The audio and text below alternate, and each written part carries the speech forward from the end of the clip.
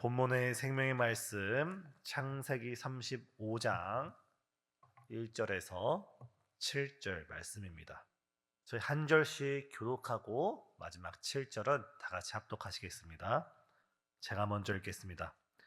하나님이 야곱에게 이르시되 일어나 베델로 올라가서 거기 거주하며 내가 내 형 에서의 낯을 피하여 도망하던 때에 내게 나타났던 하나님께 거기서 제단을 쌓아라 하신지라.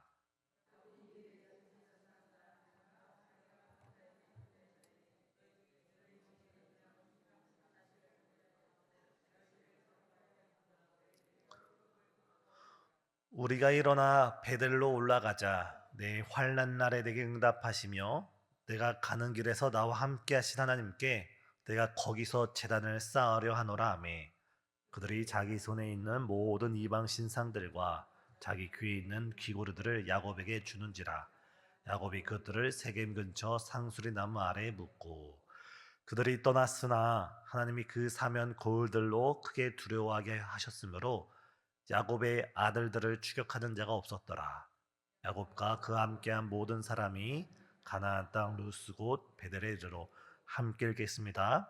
그가 거기서 제단을 쌓고 그곳을 엘 베델이라 불렀으니 이는 그의 형의 낯을 피할 때 하나님이 거기서 그에게 나타나셨음이더라. 아멘. 오늘 본문 창세기 35장 1절부터 7절 말씀을 중심으로 우리가 베델의 하나님에 대해서 말씀 나누실 때 우리 마음 가운데 베델의 하나님, 우리와 함께 하신 하나님, 우리의 피난처가 되시는 그 하나님의 은혜가 이 시간 우리 마음 가운데 다시금 새롭게 되는 이 시간 되시길 예수님의 이름으로 축복합니다. 약 20년 전, 지금으로부터 20년 전이 아니라 오늘 본문 안에서 20년 전 야곱은 혈을 단신 홀로 혼자의 몸으로 아버지 집을 떠나 그의 외삼촌 라반의 집으로 도망치게 되었습니다. 그리고 정확히 약 20년 만에 21년 만에 그는 큰 거부가 되어서 다시금 이 가나안 땅으로 돌아오게 되었습니다. 그에게는 4명의 아내가 있었고 12명의 아들들이 있었고 그의 손자 손녀는 물론 그가 가진 재산들과 또한 그의 집안에서 일하는 여러 종들을 봤을 때 정말 크게 성공한 사람들 중에 한 사람이 이 야곱이었습니다. 이때 야곱이 이제 그의 노년에서 그가 해야 할 일은 그가 고생해서 얻은 그 재산을 노년에 누리면서 야곱의 장막 안에서 손자 손녀의 그 소꿉놀이 그 장난을 보면서 평안한 노년을 보내야 될 것이 이 야곱의 인생이었지만 그 야곱의 인생 가운데 오늘 본문을 보면 예상치 못한 문제가 찾아옵니다. 우리가 알다시피 그 야곱의 마지막 딸 13번째 자녀 외동딸 디나가 부끄러운 일을 당하고 그 일로 인하여 화가 난 두 오라버니가 칼을 들고 나가서 세겜 족속을 다 몰살해 버리고 그로 인해서 야곱은 물론 야곱의 온 가정이 정말 가문의 멸문취하 그런 위기에 놓이게 되었습니다. 어떻게 보면 성경은 정말 사실적으로 그리고 있어서 우리 인생 가운데 우리에게 찾아오는 고난과 고통은 예기치 않고 우리에게 찾아오는 것만 같습니다. 오늘 우리가 새벽 예배에서도 말씀 나눴듯이 야고보서 1장에서 말씀하길 너희가 고통을 만나거든 너희가 고통을 당하거든 했을 그 동사는 무엇이냐면 우연하게 고통이 온다는 겁니다. 다시 말해서 우리가 고통이 생기는 것은 우리가 무엇을 잘해서 잘못해서 고통이 찾아오는 것이 아니라 이 땅을 살아갈 때, 이 광야 같은 세상을 살아갈 때 우리는 고통 속에서 이 세상 속에서 살아간다는 것입니다. 오늘 야곱과 그의 가문에게 정말 큰 고통과 환란이 찾아왔을 때 야곱의 그 신앙의 면모를 살펴보면서 우리 인생 가운데 찾아오는 그 모든 고통과 고난을 우리 하나님과 함께 극복하는 우리 모든 성도님 되시기를 예수님의 이름으로 축복합니다. 이때 야곱이 선택할 수 있었던 방법은 크게 3가지로 생각됩니다. 그래서 야곱의 돈이 많았습니다. 큰 거부가 되었습니다. 이때 야곱의 고민은 무엇이냐면 세겜 족속 하나가 멸망한 것은 문제가 되지 않는데 평상시 세겜과 친하게 지내고 있던 그 가나안의 여러 족속들이 이 야곱 가문을 위험하게 여겨서 연합해서 쳐들어올 수 있다는 위기 상황이라는 겁니다. 이때 야곱이 선택할 수 있는 것 첫 번째는 자신이 가지고 있는 그 많은 돈을 다른 사람을 고용하는데, 용병들이나 여러 부족들을 고용하는 데 써서 연합군을 일궈서 맞서 싸우는 첫 번째 방법이 있습니다. 두 번째 방법은 이 돈을 싸우는 데 쓰지 말고 오히려 자신을 위협하는 여러 부족들에게 나누어줘서 조공으로 바쳐서 화평을 맺는 방법도 있었고, 세 번째 방법, 야곱의 가장 주특기, 바로 도망치는 방법도 있었을 것입니다. 하지만 야곱은 첫 번째 방법, 두 번째 방법, 세 번째 방법을 선택한 것이 아니라 오늘 본문을 보면 하나님께서 이 야곱에게 찾아오셔서 말씀하시길 너는 베델로 올라가라 말씀하고 있습니다. 사랑 성도님, 우리 인생 가운데 어떤 문제가 우리에게 찾아오든 간에 그것이 우리의 내적인 문제일 수도 있고 외적인 문제일 수도 있고 우리의 잘못으로 인한 문제일 수도 있고 그렇지 않을 수 있어도 모든 문제와 어려움과 고통 속에 오직 하나님께 더 가까이 나아가는 우리 성도님 되시길 바랍니다. 주님께서 말씀하셨습니다. 나를 가까이 하는 자를 내가 가까이 하고 나를 찾는 자들을, 나를 사랑하는 자들을 내가 사랑하고 그에게 나를 나타내리라 말씀했습니다. 우리가 모두 환난과 고통 가운데 세상의 방법, 우리 사람의 지혜의 방법을 선택하는 것이 아니라 하늘이 땅보다 높음 같이 우리 하나님의 지혜, 우리 하나님을 선택하는 우리 모든 성도님 되시길 예수님의 이름으로 축복합니다. 이때 첫 번째, 하나님은 야곱에게 베델로 올라가라 말씀하셨는데 이 베델이란 장소를 잠시 주목할 필요가 있습니다. 야곱에게 있어서만큼은 이 베델은 매우 특별한 장소였고 야곱에게 있어서만큼은 이 베델은 그에게 피난처였습니다. 다시 우리가 20년 전을 생각할 때 야곱이 그 아버지의 집을 떠나서 형 에서가 자신을 죽이려고 할 때 야곱이 아버지를 속이고 또 어머니 말씀을 들어서 수백 킬로 떨어진 라반의 집으로 도망칩니다. 그때 야곱이 아버지 집에서 가지고 나온 것은 아무것도 없었습니다. 야곱의 한평생 소원이 무엇입니까? 내가 형 에서를 대신해서 내가 이 집의 장자가 되는 것이 야곱의 소원이었는데 결국 그의 결과는 무엇입니까?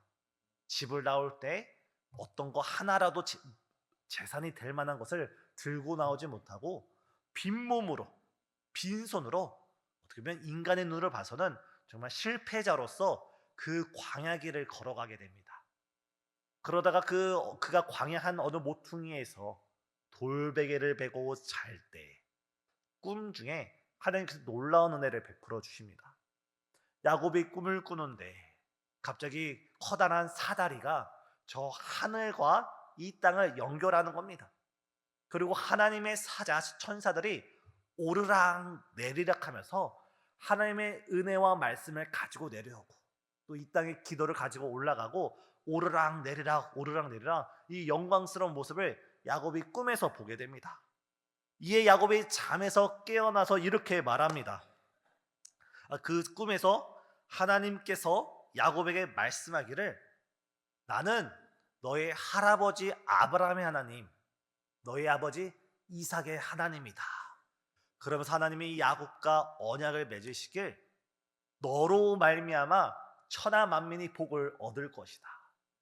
이 말씀은 무슨 말씀이냐면 이제 아브라함의 하나님이, 이제 이삭의 하나님이 드디어 야곱의 하나님이 된다는 말씀입니다.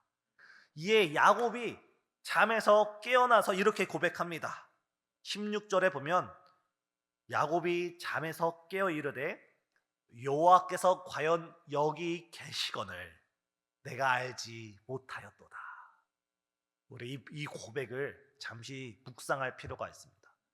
야곱이 잠에서 깨어나서 그가 비로소 깨달은 것을 하나님께서 지금 여기 나와 함께 계시는데 내가 그것을 깨닫지 못하다가 이제 깨닫게 되었도다라는 고백입니다. 이전에 야곱의 삶은 어떤 생각이냐면 아브라함 우리 할아버지와 함께 하신 하나님, 우리 아버지 이삭과 함께 하신 하나님은 바로 아브라함의 장막에 함께 하시던 하나님, 우리 아버지 이삭과 그 장막에 함께 하시던 하나님이고, 자신이 그 아버지 집을 떠나서 도망칠 때는 나와 함께하는 하나님이 아니라 하나님은 여전히 저 아버지 집에 있고 자기는 완전히 고아가 되어서 도망치는 것처럼 여겨졌는데, 알고 봤더니 하나님은 아브라함의 장막에만 있었을 뿐만 아니라 이삭과 함께 했을 뿐만 아니라 지금 고아처럼 도망치고 있는 야곱과도 함께 하시는 분이 바로 우리 하나님이신 줄 믿습니다. 그러면서 야곱이 고백하기를, 하나님께서 만약 내가 가는 이 길에서 나와 함께 하신다면 내가 먼 훗날 돌아올 때 내가 하나님께 이 제단에서, 이 베들에서 함께 예배를 드리고 함께 11조를 드리고 나의 인생을 하나님께 드리겠습니다 라면서 하나님과 야곱과의 언약이 맺어집니다. 여기서 우리가 기억할 것은, 야곱은 드디어 지금 나와 함께 하시는 하나님이라는 신앙을 고백하게 됩니다.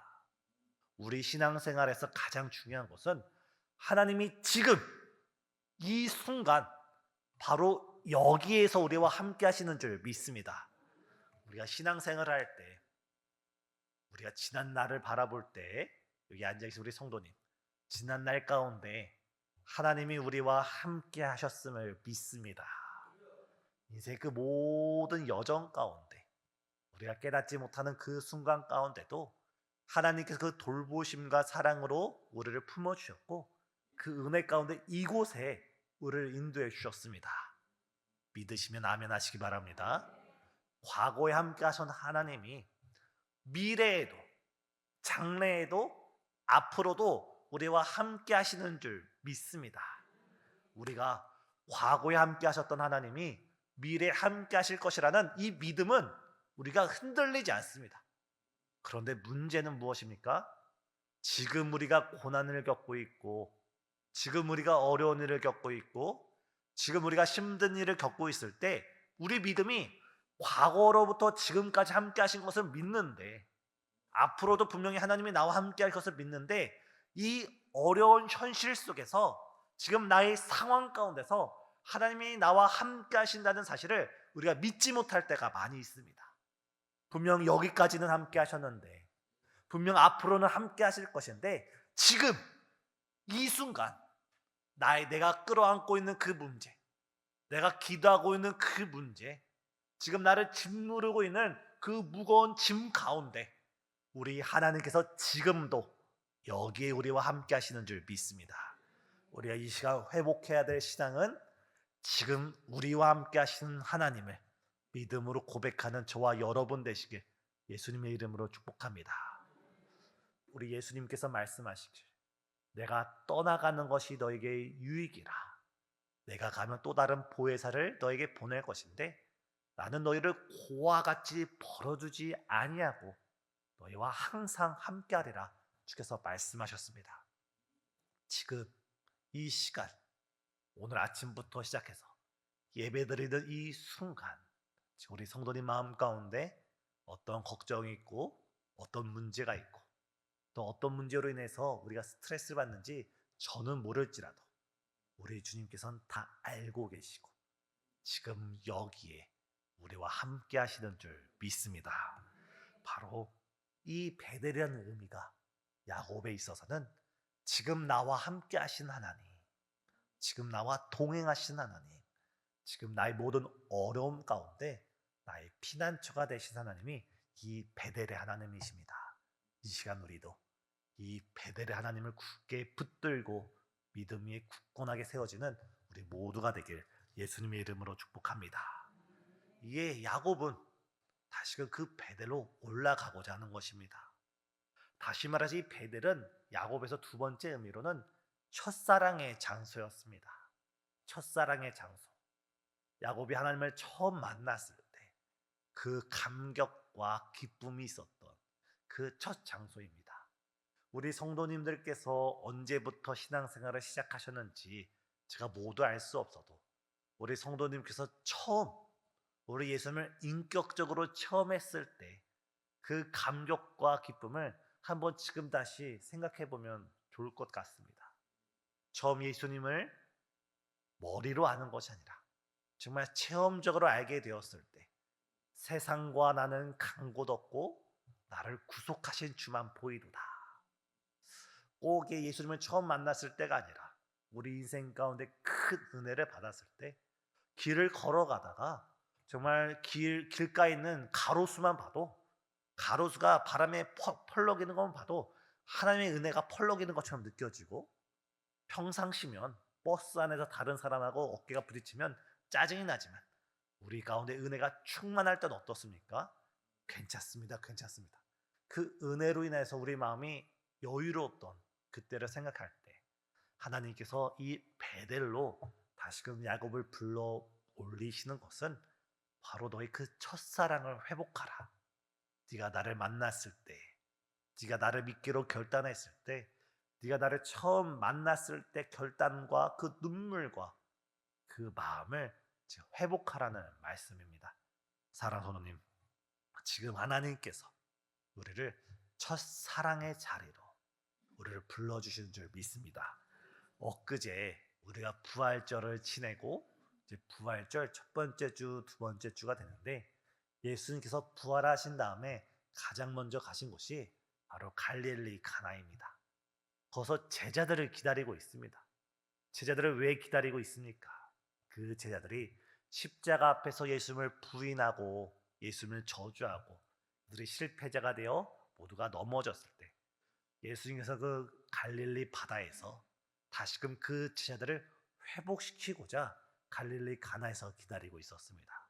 바로 지금 이 부활절 이후 이 시기가 우리 무너졌던 첫사랑을 회복하며 우리의 사명의 자리를 회복하며 우리가 다시금 주의 사랑 가운데 온전히 회복되는 그 시간이 바로 지금인 줄 믿으시길 바랍니다. 마지막으로 베델은 야곱에게 있어서 회개의 장소입니다. 자신의 잘못을 뉘우치고 회개하는 장소입니다. 아까 야곱이 20년 만에 가나안 땅으로 돌아왔다 하는데 그 가나안 땅으로 돌아와서 야곱이 머물렀던 장소는 숫곳입니다. 이 숫곳으로부터 이 베델은 4km밖에 떨어지지 않았습니다. 4km면 얼마 됩니까? 그냥 성인 남자가 그냥 성인이 우리 성도님들이 걸을 때 발걸음이 빠르신 분들은 한 50분이면 갈 수 있고 천천히 바람을 느끼며 가도 충분히 1시간에서 1시간 반이면 넉넉히 갈 수 있는 거리가 4km입니다. 야곱은 20년 만에 가나안 땅에 돌아왔는데 1시간만 걸어가면 말을 타면 30분만 달려가면 그곳에 가서 하나님을 만나고 하나님과의 약속을 지킬 수 있는데 야곱은 이 숫곳에서 여러 해 동안 하나님과의 약속을 지키지 않고 불순종의 자리에 있습니다.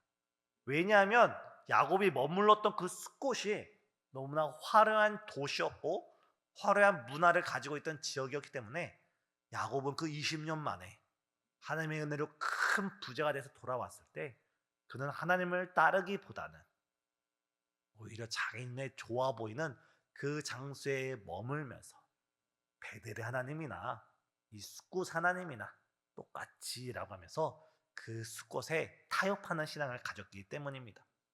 이에 하나님께서는 이 야곱을 깨우치기 위하여 그의 믿음을 다시금 정결하기 위하여 그에게 시험을 주시고 어려운 일을 당하게 하시면서 그를 다시금 베델로 불러 일으키고 있습니다. 모든 인생의 문제가 다 똑같지 않지만 때로는 하나님께서 우리의 믿음이 흔들릴 때 우리의 신앙이 변질될 때 우리가 하나님으로부터 멀리 떨어져 갈 때 우리에게 작은 가시를 주셔서 그 가시를 통하여 다시금 우리를 하나님께로 불러드립니다. 사랑하는 성도님, 바로 지금 이 시간 우리 문제 가운데 어려움 가운데 과연 내가 하나님 앞에 바로 서 있는지 내가 하나님과의 약속 앞에 신실하게 있는지 하나님을 바라보시면서 우리가 베델로 올라가는 저와 우리 성도님 되시길 예수님의 이름으로 축복합니다. 그러나 그 전에 우리가 베델로 올라가기 전에 오늘 성경을 보면 우리가 행해야 될 것이 있습니다. 오늘 본문 35장 2절 다 같이 읽겠습니다. 야곱이 이에 자기 집안 사람과 자기와 함께한 모든 자에게 이르되 너희 중에 있는 이방 신상들을 버리고 자신을 정결하게 하고 너희 의복을 바꾸어 입으라. 가장 먼저 야곱이 자신의 집안에 있는 사람들에게 하신 말이 뭐냐면 너희 중에 있는 모든 이방 신상을 벗어버려라. 우상을 버리라는 겁니다. 우리가 하나님과 더 깊은 관계를 맺기 위해서, 우리가 하나님과 더 친밀한 교제를 나누기 위해서, 하나님께서 지금 우리를 위해서 예비해 놓으신 정말 말로 형용할 수 없는 그 은혜의 보따리가 있는데, 우리가 그것을 온전히 누리려면 우리가 손에 붙잡고 있는 이 땅에 있는 우상을 내려놔야 합니다. 오늘날의 우상이 무엇입니까? 우리가 하나님보다 더 사랑하는 것이 우리의 우상입니다. 우리가 하나님보다 내 자신을 더 사랑하면 내 자신이 우상이 되고, 내가 하나님보다 우리 가족들을 더 사랑하면 가족들이 우상이 되고, 심지어 내가 하나님보다 내 자녀를 더 사랑하면 내 자녀가 우상이 됩니다. 지금 자녀들을 둔 부모님들은 알고 있지만 지금 우리 중고등부 혹은 청년부 학생들이 중간고사 기간입니다. 중간고사 기간이 되면 우리 아이들의 마음이 흔들리게 됩니다. 어떤 게 흔들리게 됩니까? 주일날 예배 드리고 집에 오면은 다른 친구들은 그 시간 동안 도서관에 가고 학원에 가서 열심히 공부해서 달려나가는데 나는 교회 가서 공부하고 오는 것이 손해처럼 여겨집니다. 그래서 평상시에 신앙이 좋아 보이는 학생들도 시험 기간만 되면 흔들리면서 이번 한 주만, 이번 중간고사 때까지만 예배를 드리지 않고 공부한 다음에 끝나고 가자라는 그런 마음을 갖게 됩니다. 그때 믿음에 먼저 된 우리가 잡아줘야 할 것은 신앙의 우선순위, 하나님보다 학업을 더 소중하게 여기는 것이 우상숭배가 될 수 있습니다. 이 작은 우선순위를 바로 잡아주는 것이 우리의 자녀들의 신앙이 바로 세워지는 것이고, 각 가정 가운데 신앙이 바로 세워지는 것인 줄 믿습니다. 사라 소도님, 혹시 내가 하나님보다 더 사랑하는 것이 있다면, 어느 목사님은 이것을 이렇게까지 표현했습니다. 집중해서 들으세요. 어떻게 표현하냐면 하나님보다 사명을 더 사랑하는 것도 우상숭배가 될 수가 있다. 제가 목사라는 직분이 있고 때로는 우리 성도들 여러 직분이 있는데, 하나님을 사랑하는 것보다 목사라는 직분을 더 사랑하는 것, 하나님을 사랑하는 것보다 제가 사명자로 무엇을 하는 일을 더 사랑하는 것조차 우상숭배가 될 수 있다는 것입니다.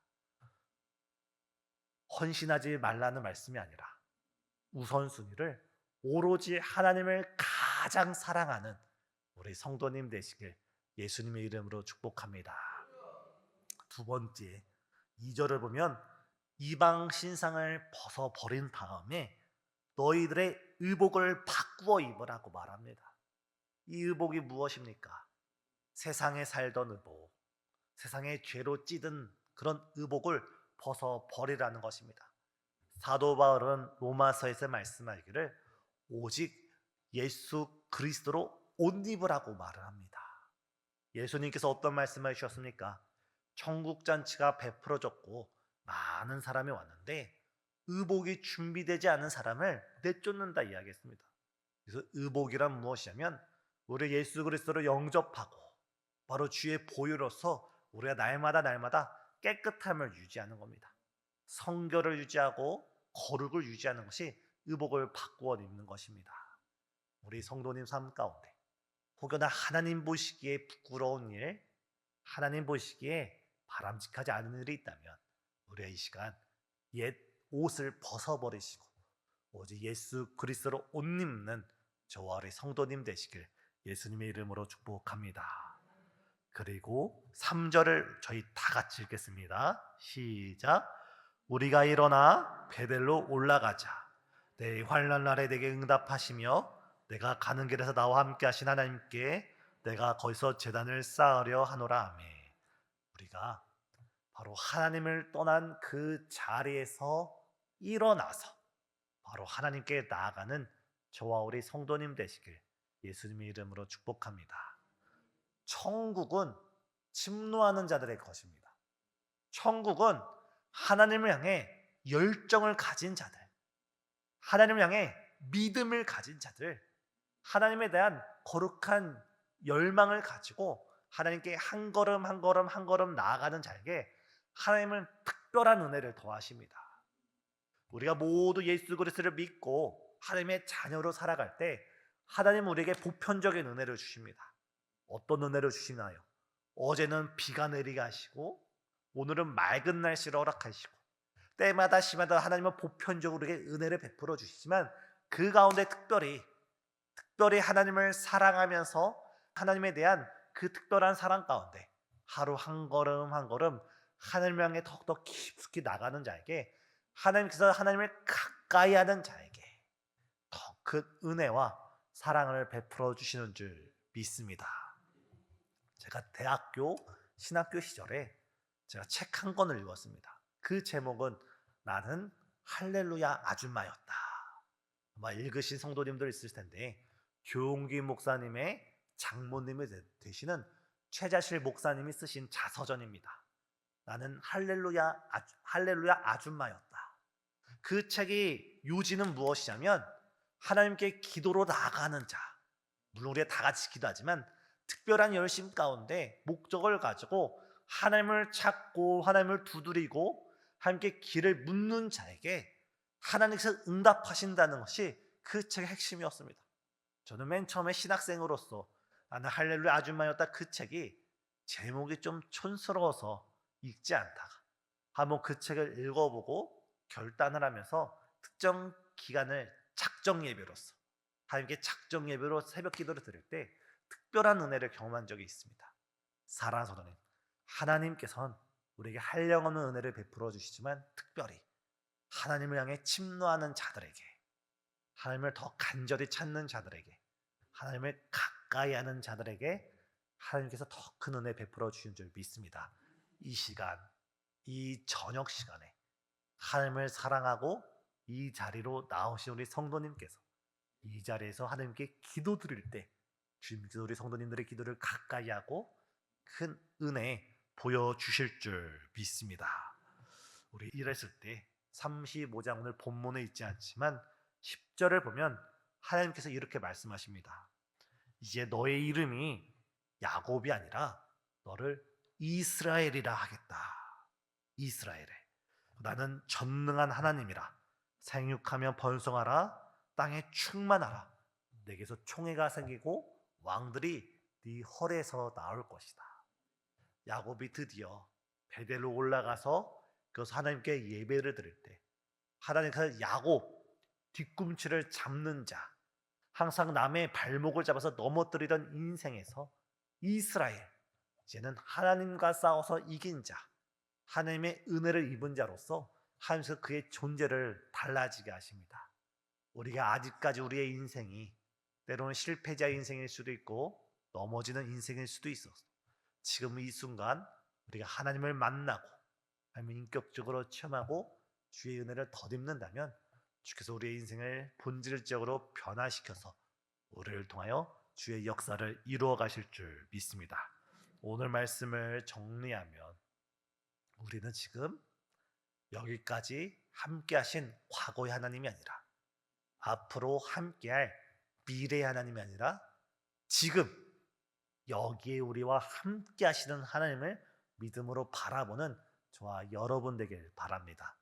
우리 하나님께서는 그 누구보다도 자신을 가까이 하는 자들을, 자신을 찾고 믿음으로 두드리는 자에게 더 큰 은혜를 베풀어 주신 분이 바로 우리 하나님이신 줄 믿습니다. 다 같이 기도하시겠습니다. 사랑과 은혜가 충만하신 하나님, 야곱을 베델로 불러일으킨 주님이시여, 이 시간 우리 마음 가운데 야곱의 베델, 하나님의 사닥다리가 보여지는 귀한 이 시간 될 수 있도록 역사하여 주옵시고, 지금 나와 함께 하신 하나님, 지금 나의 인생길 가운데 함께 하신 하나님, 지금 나와 동행하시고 나의 모든 가정과 삶의 형편에 주여 충만하신 하나님을 믿음으로 고백할 수 있는 이 시간 될 수 있도록 우리에게 믿음을 더하여 주시옵소서. 특별히 이 시간 믿음을 따라 주를 사랑하는 마음으로 이 자리 가운데 모였습니다. 주님께 믿음으로 나아가는 모든 성도님들 가운데 하늘의 신령한 은혜와 땅의 기름짐의 축복으로 함께하여 주시옵고, 야곱의 삶을 더욱더 복되게 하신 주님께서 우리의 삶에 주의 차고 넘치는 은혜가 충만할 수 있도록 역사해 주시옵소서.